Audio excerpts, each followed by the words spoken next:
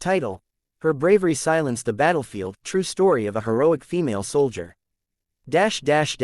Scene 1: The ambush in Sangar Valley, 500 words.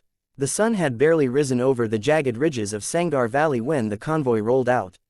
12 armored vehicles, crawling through dust and silence. Lieutenant Aisha Rahman sat behind the mounted gun of the lead Humvee, her eyes fixed on the horizon. The valley was notorious, a death trap where echoes of gunfire often outlasted the living. Her headset crackled. Eagle 1, this is command, maintain formation and keep radio discipline. Possible insurgent movement ahead. Aisha's hand tightened around the trigger grip. The road narrowed between two cliffs, shadows shifting unnaturally. Her gut screamed ambush. Before she could warn the convoy, the first explosion ripped through the dust. The second Humvee went up in flames, shrapnel scattering like metal rain. Contact left, someone shouted. Bullets tore through the air, punching holes into armor and flesh alike. The radio filled with chaos, screams, orders, static. Aisha ducked behind the turret shield, heart hammering, breath steady. She scanned the ridgeline, muzzle flashes flickered like fireflies of death. Gunner down. We need suppression. Without hesitation, Aisha stood tall on the Humvee, exposing herself to enemy fire. Her M240 roared to life, unleashing controlled bursts of steel. Each shot echoed with defiance. The men behind her, pinned down, terrified, saw her silhouette framed against the fire and dust, unmoving, relentless. Rounds snapped past her helmet, tearing holes in her vest. She didn't flinch. Her only thought was to keep them alive, to silence the battlefield with courage. Through the smoke, she spotted movement, a group of insurgents trying to flank from the right ridge. She swung the gun, sighted them, and squeezed the trigger.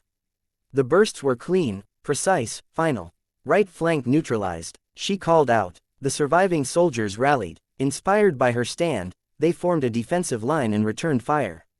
Within minutes, the ambush turned into a retreat. The enemy, once confident in their surprise, faded into silence. When the gunfire ceased, the valley was eerily still. Bodies, both friend and foe, lay scattered. The radio crackled again. Command to Eagle 1, status. Aisha exhaled slowly, scanning the smoke-filled horizon.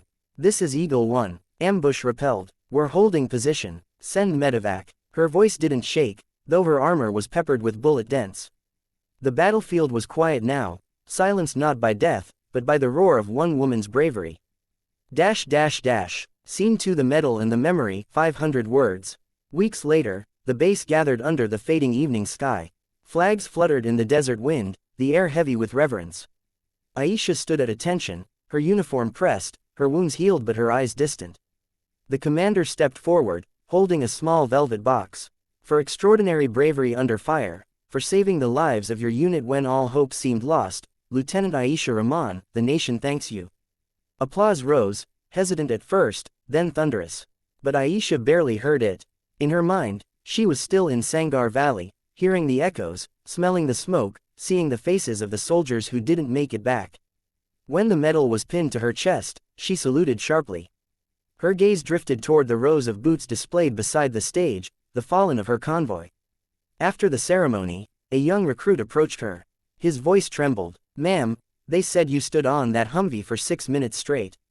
Under direct fire. Weren't you afraid?" Aisha smiled faintly. "Of course I was," she said. "Courage isn't the absence of fear. It's standing up when you know fear won't leave."